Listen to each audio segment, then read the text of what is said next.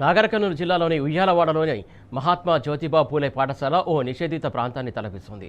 Food poison ఘటన సంచలనం రేపడంతో రేవంత్ సర్కారు అక్కడ ఆంక్షలు విధించింది. మీడియాను, ప్రజా సంఘాలను అక్కడికి రానివ్వట్లేదు. కనీసం విద్యార్థుల తల్లిదండ్రులను సైతం లోపలికి పంపించట్లేదు. అక్కడి పరిస్థితిని మరింత సమాచారాన్ని మా ప్రతినిధి శేఖరాచార్య అందిస్తారు.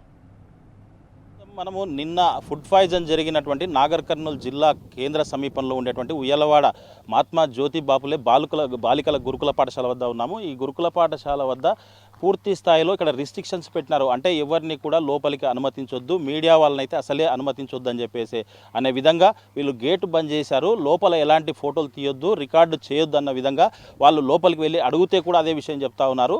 అయితే మొన్న ఒకసారి పరిశీలిస్తే దాదాపుగా ఇక్కడ 742 మంది విద్యార్థులు ఉండాల్సిన వాళ్ళు ఈ ఫుడ్ పాయిజన్ దాదాపు 111 మందికి ఫుడ్ పాయిజన్ అయింది. వీళ్ళంతా కూడా ఆసుపత్రికి వెళ్ళి చికిత్స పొందుతున్నటువంటి క్రమంలో నిన్న మాజీ మంత్రి హరీష్ రావు బృందం అంతా కూడా ఇక్కడికి విచ్చేసి విద్యార్థులను పరామర్శించడానికి వస్తున్న నేపథ్యంలో విద్యార్థులంతా కూడా ఎవరైతే చికిత్స పొందుతున్నారో ఆసుపత్రిలో వాళ్ళందరినీ కూడా ఉన్న ఫలంగా కూడా అక్కడి నుంచి డిశ్చార్జ్ చేసి పంపించినటువంటి పరిస్థితి. వాళ్ళకు పూర్తి స్థాయిలో నయం కాకముందే ఇక్కడ హాస్టల్కు అంటే గురుకులానికి పంపించారు.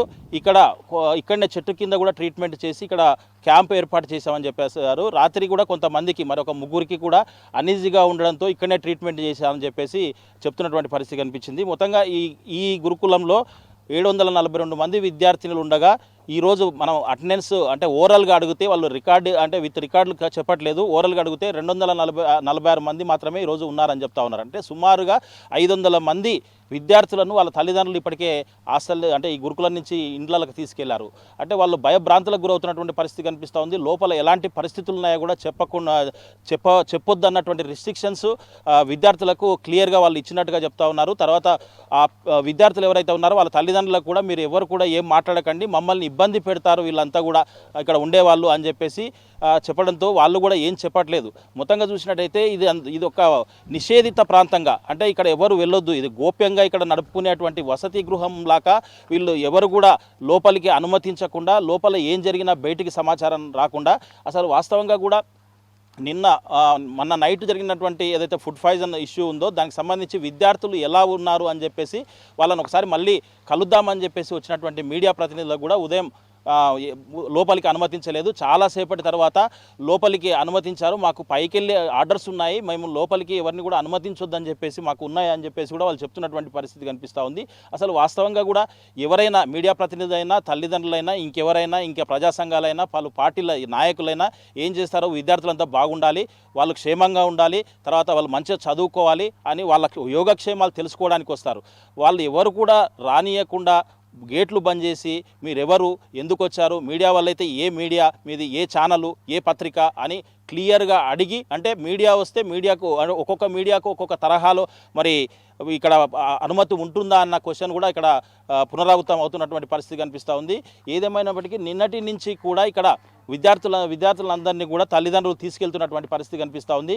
ఒకరు కాదు, ఇద్దరు కాదు, 111 మందికి ఫుడ్ పాయిజన్ కావడంతో వాళ్ళంతా కూడా ఇబ్బందులు పడుతున్నటువంటి పరిస్థితి కనిపిస్తూ ఉంది. నిన్నటి నుంచి చూస్తే కూడా తల్లిదండ్రులు అంటే చాలామంది కూడా మన నైట్ కానీ ఉదయం వరకు కూడా ఇన్ఫర్మేషన్ ఇవ్వలేదు, కేవలం మేము టీవీలలో చూసి ఇక్కడికి వచ్చామని చెప్పేసి వాళ్ళు తల్లిదండ్రులు చెప్తున్నటువంటి పరిస్థితి కనిపిస్తూ ఉంది. మీడియా ముందుకు వచ్చి మాట్లాడాలంటే తల్లిదండ్రులు భయపడుతున్నటువంటి పరిస్థితి కనిపిస్తూ ఉంది, విద్యార్థులు కూడా భయపడుతున్నటువంటి పరిస్థితి కనిపిస్తూ ఉంది. ఇక్కడ మాట్లాడితే టీవీలో పేపర్లో మా ఫోటోలు కానీ ఏమైనా కనిపించాయంటే మమ్మల్ని ఇబ్బంది పెడతారన్న ఆలోచన అది మొత్తం కూడా వాళ్ళు క్రియేట్ చేసినటువంటి పరిస్థితి కనిపిస్తూ ఉంది. నిన్న మాజీ మంత్రి హరీష్ రావుతో కూడినటువంటి బీఆర్ఎస్ బృందం ఏదైతే వచ్చిందో వాళ్ళంతా కూడా కూలంకుషంగా ఇక్కడ విద్యార్థులను తెలుసుకునే ప్రయత్నం చేశారు. అప్పటికే పూర్తి స్థాయిలో వాళ్ళకు క్లియర్ రిస్ట్రిక్షన్స్ అంటే ఏది అడిగినా కానీ ఏం చెప్పకూడదన్న యాంగిల్లో కూడా వాళ్ళకు చెప్పినట్టుగా మనకు సమాచారం అందుతూ ఉంది. ఇక్కడ మనం చూసినట్టయితే ఈరోజు పూర్తి స్థాయిలో రిస్ట్రిక్షన్స్ అయితే ఇక్కడ ఉన్నాయి. లోపలికి పోయి అసలు ఇక్కడ లోపల పరిస్థితులు ఎట్లా ఉన్నాయని చెప్పేసి టీ న్యూస్ కూడా లోపల అడిగే ప్రయత్నం చేసింది. లోపల రికార్డు చేయడానికి లేదు, లోపల కవర్ చేయడానికి లేదు అని చెప్పేసి ఇక్కడ గేట్ పెట్టేసి గేట్ బయటనే ఉంచినటువంటి పరిస్థితి. గేట్ బయట నుంచే కూడా మనం మొత్తం కవర్ చేస్తున్నటువంటి పరిస్థితి కనిపిస్తూ ఉంది. ఎందుకు ఈ రిస్ట్రిక్షన్స్, ఇది ఏమైనా నిషేధిత ప్రాంతమా, లేకపోతే ఇదేమన్నా అసలు లోపలికి వెళ్ళకూడని ప్రదేశమా, ఎవరి పిల్లల్ని వాళ్ళు చూసుకోవాలని చెప్పేసి ఇంత దూరం వస్తారు.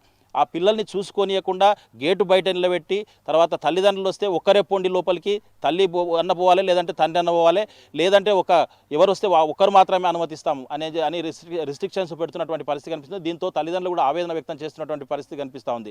ఏదేమైనప్పటికీ ఇక్కడ నిజంగా కూడా పరిస్థితులు ఎట్లా చక్కదిద్దాల్సినటువంటి అవసరం ఉంది. ఇంత సంఘటన జరిగితే అసలు ఎవరి మీద ఇప్పటివరకు యాక్షన్ తీసుకున్నారన్నది కూడా బయటకు చెప్పడం లేదు.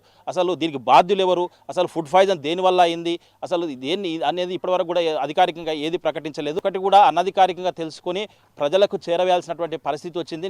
ఏదేమైనప్పటికీ విద్యార్థుల లోపల ధైర్యం నింపాలి, తల్లిదండ్రుల లోపల కూడా ధైర్యం నింపాలి, ఇక్కడ ఉన్నటువంటి వసతులను సక్రమంగా చేయాలి, ఇక్కడ ఎలాంటి ప్రాబ్లమ్స్ లేకుండా చూస్తామని చెప్పేసి భరోసా కల్పించాల్సినటువంటి ఏదైతే ప్రిన్సిపాల్తో కూడినటువంటి వాళ్ళు ఉన్నారో వాళ్ళు పూర్తి భరోసా కల్పించకుండా ఎవరు రాకుండా చూడాలన్న దాని మీదనే కాన్సన్ట్రేషన్ ఎక్కువగా చేసినట్టుగా మనకు కనిపిస్తుంది.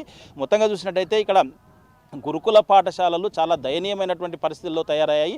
గతంలో కూడా నాగర్ కర్నూలుకు సంబంధించినటువంటి ఒక జూనియర్ గురుకుల పాఠశాలలో కూడా ఒక పాము బాత్రూంలోకి వచ్చింది. ఆ పామును స్నేక్ క్యాచర్ ఎవరైతే ఉన్నారో అతను వచ్చి పట్టుకోవడంతో అక్కడ ఉండేటువంటి అధ్యాపకులు కావచ్చు, విద్యార్థులు కావచ్చు, ఊపిరి పీల్చుకున్నటువంటి పరిస్థితి కనిపించింది. అంటే ఒక చదువు ఒకటే కాదు, భోజనం ఒకటే కాదు, వసతులు కూడా చాలా దయనీయమైనటువంటి పరిస్థితిలో ఉన్నాయి. ఇవన్నీ వాటిపైన కూడా రాష్ట్ర ప్రభుత్వం దృష్టి పెట్టాలి. దీంట్లో భాగంగానే ఇవన్నీ ఈ దయనీయమైన పరిస్థితుల్లో ఉన్నాయి కాబట్టి బీఆర్ఎస్ గురుకుల బాట అనేది మళ్ళీ ఒక ప్రోగ్రాం తీసుకుంది. ఈ గురుకుల బాటను మరి ఎట్లా ముందుకు సాగాలనేది ఒక ప్రణాళిక తయారు చేస్తూ ఉన్నారు. మరి ప్రభుత్వం వాళ్ళకి ఎట్లాంటి అనుమతులు ఇస్తుంది, లేదంటే వాళ్ళపైన కూడా రెస్ట్రిక్షన్స్ ఎట్లా పెడుతుందో వేచి చూడాల్సిన అవసరం ఉంది. ఈ గురుకులలో చదివే విద్యార్థులకు, తల్లిదండ్రులకైతే పూర్తి స్థాయిలో భద్రత, భరోసా కల్పించాల్సినటువంటి అవసరం అయితే ఉంది. వీడియో జర్నలిస్ట్ రామకృష్ణతో శేఖరాచారి, టీ న్యూస్, నాగర్ కర్నూలు జిల్లా బీసీ గురుకుల బాలిక పాఠశాల నుంచి.